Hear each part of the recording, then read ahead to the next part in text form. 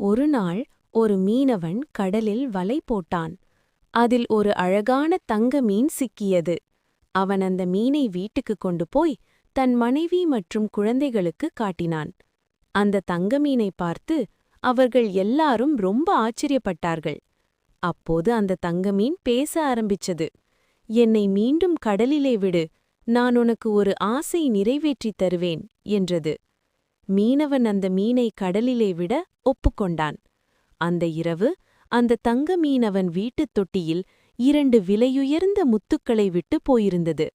அடுத்த நாள் காலை மீனவன் அந்த மீனை மீண்டும் கடலிலே விட்டான். அந்த தங்க மீன் கடலில் நீந்தி போனது. ஆனா அது அவனை மறக்கவில்லை. அதன் நன்றி சொல்லும் வகையில் ஒவ்வொரு நாளும் அந்த மீன் கரைக்கு வந்து அவனை பார்த்து போய்க்கொண்டே இருந்தது. நல்ல மனசு இருந்தால் நன்றி என்றும் மறக்கப்படாது.